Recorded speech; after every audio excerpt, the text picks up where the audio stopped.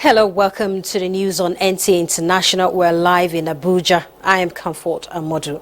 Let's bring you the headlines. Federal government evolves blueprint to boost agricultural production to guarantee food security. ECOWAS parliamentarians tasked on saving democracy after recent coups across sub-region. Plot 6 dead and 15 others trapped in Zimbabwe gold mine collapse.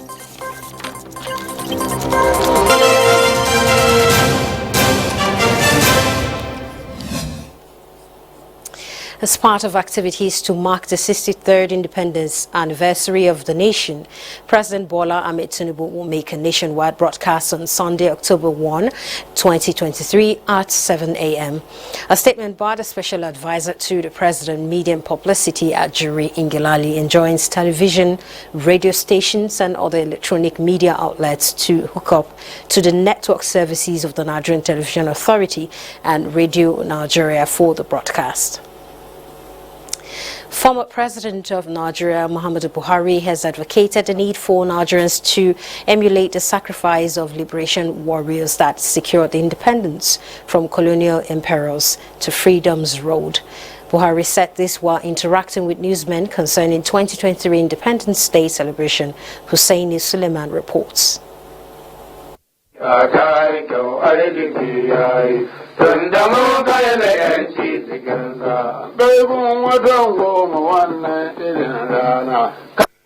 Former President Muhammad Buhari, who recalls the numerous sacrifice heroes that advanced the liberation movement and secured the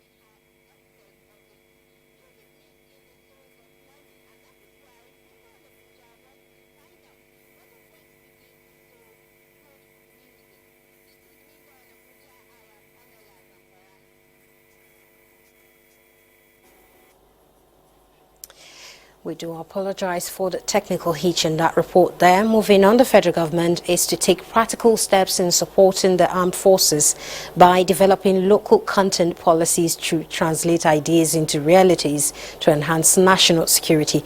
Vice President Kashim Shettima stated this at the passing out parade and commissioning ceremony of cadets of 70 regular course and direct short course 27 held at the Nigerian Defense Academy, Kaduna.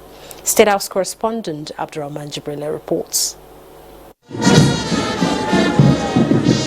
397 regular course cadets and 310 direct short service corps were commissioned as officers of the Nigerian Armed Forces. This parade marks the successful completion of 5 years of military and academic training, signifying the beginning of service to fatherland as officers of the Armed Forces. Vice President Kashim Shettima arrives at the academy and proceeds to inspect the parade as the reviewing officer. These graduating cadets, like those before them, are stepping into a world proud with threats, a world that demands unique skill sets to conquer the adversaries of the state. They are going to find themselves in a dynamic landscape, one marked by combat and regimental realities vastly different from those encountered by their predecessors. Our hope is why we gather here today. Our hope is this spectacular proof that they have received superior training that equips them with a distinct advantage to safeguard the nation's security and advance our collective future. Academy Senior Under Officer Raji completed his training with a cumulative average of 82.82%. Sword of Honor Award was presented to the overall regular cadet Y.A. Raji with total score of 82.82%, and for the direct short service course was presented to G.B. Sokumo, overall score of 78.88%, while the Commandant Merit Award was received by O.V. Larry, who scored 80.16%. Then, oath of allegiance administered to the commissioned officers by the reviewing officer. The academy provides military training for both Nigerian and other African countries' cadets. From the Nigerian Defense Academy, Kaduna, Abraham Jibrila, NTA News. And we turn our attention to Ghana, where President Nana Akufo-Addo is calling ECOWAS parliamentarians to be steadfast in saving democracy from the recent happenings related to coups across the sub-region. He was speaking at the high-level parliamentary seminar held in Ghana. ECOWAS Parliament correspondent Mohammed Rabiu Ali reports. With the recent incidences of military coup in Mali, Guinea, Burkina Faso and Niger Republic, experts say democracy is in danger and there is need to entrench the principles of accountability in the minds of citizens. This second parliamentary meeting is to uphold regional stability, economic growth and rule of law. It's the emerging remilitarization of governance with the return once again of the military onto the political scene, who have neither consulted nor received any mandate from the people on whose behalf they purport to act. Speaker ECOWAS Parliament Muhammad Sidi Tunis says Africa must denounce military coup, corruption, poor leadership and anti-democratic forces. He aligned with those resisting anti-democratic forces while in support of measures to apply early warning system. We must embrace democracy as essential to progress and muster the confidence to speak out against leaders who are solidifying their hold on power against the wishes of the people because we have a moral obligation to do so.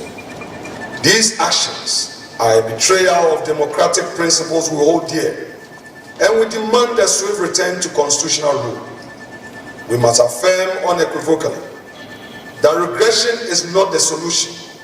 Our golden age lies ahead of us and not in the shadows of the 1960s and 80s. With the theme, Challenges of Unconstitutional Regime, Change and Presidential Term Limits in West Africa, the role of the ECOWAS Parliament, it is expected that robust and sustainable solutions to challenges confronting the region could be identified at the engagement. Mohammed Rabiu Ali, NTA News. And elsewhere, Maldivians voted Saturday in the presidential runoff after no candidate polled up to 50% votes in the first round of presidential election. Kolom Mohammed tells us more. To regional power tussle, the presidential election runoff in Maldives has turned into a virtual referendum in which regional power India or China will have the biggest influence in the Indian Ocean archipelago nation. Neither the main opposition candidate Mohamed Muiz nor the incumbent president Ibrahim Mohamed Solih got more than 50% of votes in the first round of voting earlier in September, which led to a runoff election. The president, who was first elected in 2018, is battling allegations by opposition that he had allowed India an unchecked presence in the country. Opposition party, the People's National Congress, is viewed as heavily pro-China. Main opposition candidate Mohamed Muiz secured a surprise lead with more than 46% of votes in the first round, while President Solih secured 39% votes. In the next 5 years, we will consolidate democracy by guaranteeing human rights and ensuring accountability. We will establish peaceful and just society for all. Abdullahi Yamin, a leader of the opposition party, made Maldives a part of China's Belt and Road Initiative during his presidency from 2013 to 2018. Kolom Mohammed, NTA News. The U.S. government is on the brink of another shutdown, with Congress poised to miss a Saturday midnight deadline to fund federal agencies. The fourth shutdown to occur over the past decade could significantly affect everything from air travel to national parks and marriage licenses. Most government employees will be without pay and crucial nutrition programs will be halted. It follows a hard-right revolt in the House of Representatives. Republicans control the House by a slim majority, while Democrats hold the Senate by a single seat. That means spending bills to keep the government open require buy-in from both parties in order to advance through both chambers to President Joe Biden's desk. In other news, the governor of New York State, United States, has declared a state of emergency following heavy rainfall causing overflooding of homes, streets and highways. Kolom Mohammed tells us more. Up to 8 inches, about 20 centimeters of rain fell in most parts of New York. The governor, Kathy Hochul, said this is a dangerous, life-threatening storm. She consequently declared a state of emergency across the city, Long Island, and the Hudson Valley. The governor urged people to take steps to stay safe and never attempt to travel on flooded roads. Currently, no deaths or serious injuries have been recorded, except that New York emergency and safety officials say of the immediate concern is the safety of migrants from West Africa who are living on the oversaturated streets of New York. Some of them said they have been traveling on sinking dinghy boats upon the world's largest water bodies, and here they are, faced with possible drowning on dry land. So this is a bad flood, I'm sure it is, but it's something we've seen before, and I think this neighborhood is relatively in high ground, so we're going to be okay, but I'm worried about people in Queens and otherwise in the lower areas. And being outside all day, like what I observe is that it's much more stressful to be like driving in this weather, I think. New York's Mayor Eric Adams warned people that it is a time for heightened alertness and extreme caution. Kolo Muhammad, NTA News. Italian Prime Minister Giorgia Meloni, French President Emmanuel Macron, and European Commission President Ursula von der Leyen held a trilateral meeting on the sidelines of the European Union's Med-9 summit in Malta. The EU's migration issue topped the agenda, with the leaders discussing a 10-point plan for Lampedusa presented by von der Leyen to enable the European Union cope with illegal migration over the Mediterranean Sea. Though no major breakthrough was reported, the summit is coming after the UN said more than 2,500 have died or gone missing crossing the Mediterranean this year alone. The Med-19 summit was attended by leaders of France, Italy, Spain, Portugal, Greece, Cyprus, Malta, Croatia, and Slovenia. 6 people have died and 15 others are trapped after a mine shaft collapsed in Zimbabwe. The collapse of the Bay Horse gold mine in Chegutu, 100 kilometers west of the capital, Harare, left more than 30 people trapped. Efforts to reach those who remain on the ground are ongoing. Zimbabwe Miners Federation said its Secretary General and the Chegutu Miners Association chairman would go to the site to try to establish what happened. Mining accidents in Zimbabwe, which sits on vast reserve of gold, platinum, and diamonds, are not uncommon. Mining methods are often rudimentary and safety standards are largely disregarded. In 2019, dozens of miners drowned after heavy rain flooded the Silver Moon and Cricket mines near the town of Kadoma in the center of the country. An Australian white humpback whale named Megaloo is seen off the coast of Byron Bay, Australia.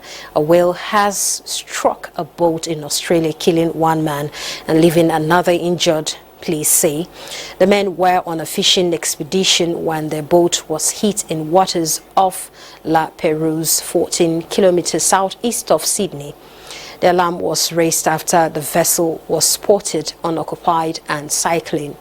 Deaths caused by whales in the region are rare, and the state minister for New South Wales called it an absolute freak accident. Police said in a statement the likely collision had caused the boat to tilt, throwing boat's men overboard. The victim, 61, was found unconscious and died at the scene, officials indicated. Russian athletes seeking to participate at the 2024 Olympics and Paralympics game in Paris will need to complete an individuals under a neutral banner. The International Paralympic Committee voted Friday on the eligibility of Russian athletes and allowed individuals to compete under neutral banners. Russia has been banned from the Olympic and Paralympic community since the invasion of Ukraine in 2022. The IPC also voted not to fully ban Belarusian athletes, but undecided if they can complete or compete representing their country. The Russian Olympic Committee said it's not boycotting the Paris game and has voiced support for athletes wishing to compete as neutral individuals. Russian Olympic Committee's president said boycotting the games lead to nowhere. He added that we live together in a free state. Every person can, if they so wish, to take the path. You're watching the news on NTA International. We'll take a short break. More news when we return. The Secretary to the Government of the Federation and Chairman, Interministerial Committee on Nigeria's 63rd Independence Anniversary, Senator George Akume, CON, wishes to invite distinguished guests to programs lined up for the celebration of Nigeria's 63rd Independence Anniversary as follows. Presidential broadcast, date 1st October 2023, time 7 a.m. Military parade, date 1st October 2023, venue Presidential Villa, Abuja, time 10 a.m. Interdenominational church service, date 1st October 2023, venue National Christian Center, Central Business District, Abuja, time 3 p.m. Congregants are to be seated at 2:30 p.m. Announcer Mohammed Idris, FNIPR, Honorable Minister of Information and National Orientation and Chairman, Media and Publicity Subcommittee. The Interministerial Committee on Nigeria's 63rd Independence Anniversary wishes to inform those invited to the military parade at the Presidential Villa on Sunday, 1st of October 2023 that buses have been arranged to convey them at the main bowl of the Eagle Square to the venue as from 7 a.m. Note that only those with valid invitation cards would be allowed. Invited and cleared VIPs have direct access to the venue. Announcer, Interministerial Committee on Nigeria's 63rd Independence Anniversary. Let's bring you our earlier report on former President of Nigeria, Muhammadu Buhari, advocating the need for Nigerians to emulate the sacrifice of liberation warriors that secured the independence from colonial emperors to freedom's road.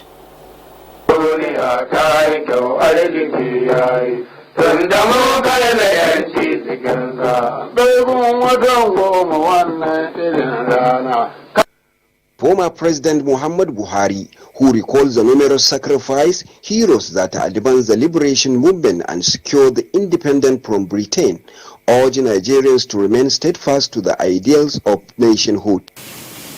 We have gone all through the problems of development. You know, from the assassination of the Prime Minister, the Premier, and some senior military officers. And you know the consequences of that. So Nigeria went through everything, really. We fought a civil war for 30 years. I thank God I was able to survive it. I worked from Makadi to the end of Nigeria because every conceivable culvert and bridge were blown. Muhammad Buhari advised the youth to always be productive by using engagement advancement in science and technology to harness the abundant natural resources to fast-track development. And I really recommend that the government governments, including the state government, invest more in farming. So with technology, I think we should be able to produce more food and feed our people, and then even export. Former president also urged Nigerians to be patient, loyal, and support government toward achieving national goals and objectives. In Daura, Hussein Suleiman, NTA News.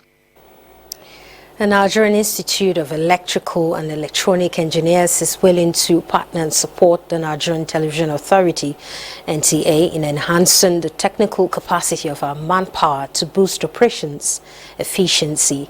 This is when the management of the NTA received in audience the executives of the Institute on a courtesy visit to Abuja. Justin Bemwini reports. A congratulatory message to the Director General of the NTA, Saliu Abdul Hamid Dembus, on his appointment sets the tone for the visit by the team from the Nigerian Institute of Electrical and Electronic Engineers, NIEE. The team is here to strengthen the organization's partnership with the NTA and lay bare its upcoming 19th International Conference and Exhibition on Power and Telecommunication, ICEPT. They want NTA engineers to be part of the technical conference scheduled to hold from 9th to 14th October in Kano, as it will be a convergence of electrical engineering professionals where a lot of knowledge will be shared and trainings will be held.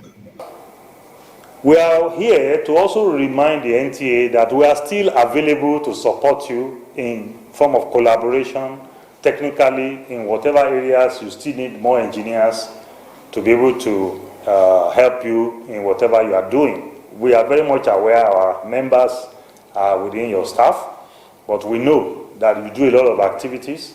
Sometimes you may need some consultancy, sometimes you may need some information, technical, that the NTAi is available anytime you need us. Meanwhile, the NTA is ready to associate and collaborate with the electrical and electronics professional body NIEEE and has expressed willingness to engage the body on manpower capacity upgrade to improve operational efficiency. We are ready to collaborate with you. We are ready to support you. We are ready to work with you. For the success of the body and of course the electrical engineering in Nigeria. Especially as regards NTA, which is a broadcasting industry. We cannot do without electronic engineering.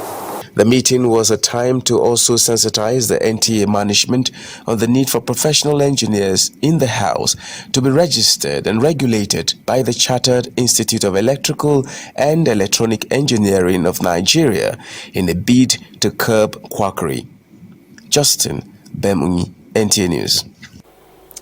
Now to agriculture, where the Federal Ministry of Agriculture and Food Security is developing a blueprint that will serve as a guide in developing the sector. Minister of the Ministry, Abubakar Kyari, says the initiative is targeted at meeting 4 out of 8 points agenda of President Bola Ahmed Tinubu's administration. Details with Musa Aliu. Most agriculturists agree with the view of an Indian scientist who said in one of his quotations that if agriculture goes wrong, nothing else will have a chance to go right. Don't rush into planning. Minister of Agriculture and Food Security, Abubakar Kyari, shares this view and says the ministry is reviewing existing policies and programs with a view to charting a blueprint for implementation. And we're coming out with a blueprint for a sustainable program. We have had instances where we have seen in the past programs will come and will not be sustained. We were beating our chest with rice production just a few years ago, but today, unfortunately, we are crying of food security and declaring emergency. The proposed blueprints include security for rural farmers, climate change adaptation for food production, flood management and mitigation. This, the minister says, will be achieved through collective efforts and synergy with other ministries, such as water resources and that of environment. All hands must be on deck to achieve food security. The armed forces must play a role to eradicate banditry and terrorism. A lot of land is lost to those dastardly acts. Environment is here.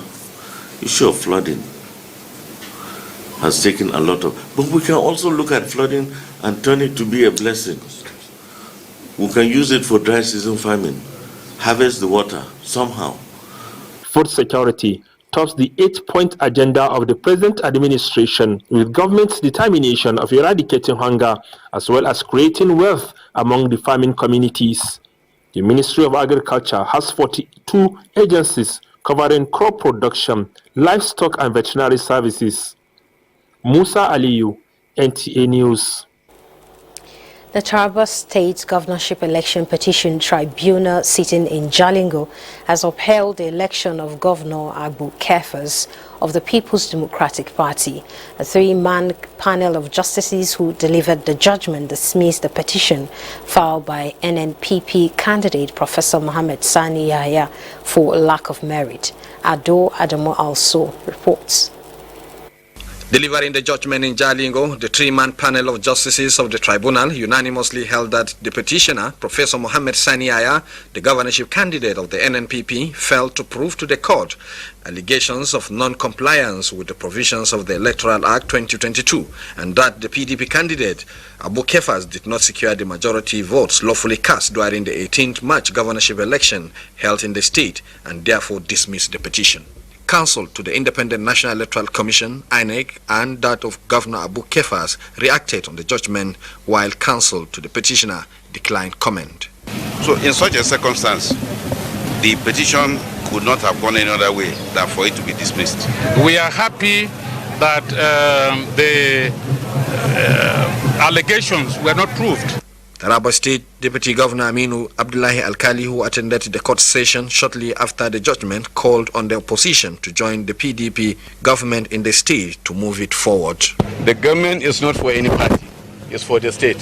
So whoever is in control of the government and whoever the tribunal say is the elected governor of the state, all members of the state should rally around him and give him support to develop the state. Following the election petition court ruling, Jalingo, Taraba State Capital, has remained very calm, in a very peaceful mood, without any cause for alarm, with everybody going about their normal activities. As you can see here, the various streets, though little bit dry, it's a weekend traffic mood here. That is why perhaps the traffic is a little bit low. But apart from that, everything is calm and is fine, and the security agencies are also on high alert in the event of any breakdown of law and order. From Jalingo, Ado Adamu also, NTA News.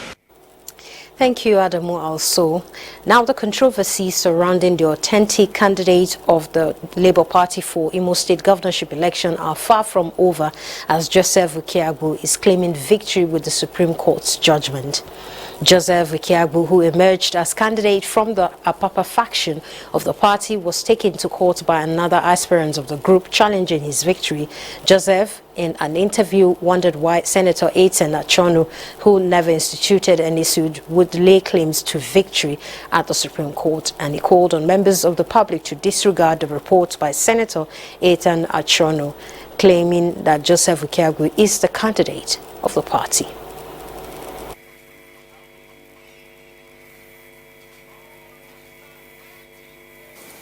Pursuing my matter from the Federal High Court, because you don't do your matter in the social media. You do your matter in the court. The same party that was in court defending and standing by Ukebu, the same Labour Party. Why didn't he seek to join in that matter that was before the court? In fact, he had 14 days within which to... And before we go, a quick look at weather prospects in Nigeria and other parts of the world for Sunday.